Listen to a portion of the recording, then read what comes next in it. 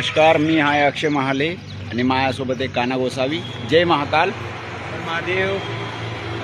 तर आम्ही काल प्रवास केला शिरपूरहून तर जुलवाण्यापर्यंत. तर हे आहे 84 किलोमीटर. तर काल पावसामुळे थोडंसं आम्ही थांबलो आहे. ओके, ही हॉटेल आहे ती जिथे आम्ही आता स्टे केला आहे रात्रीचा.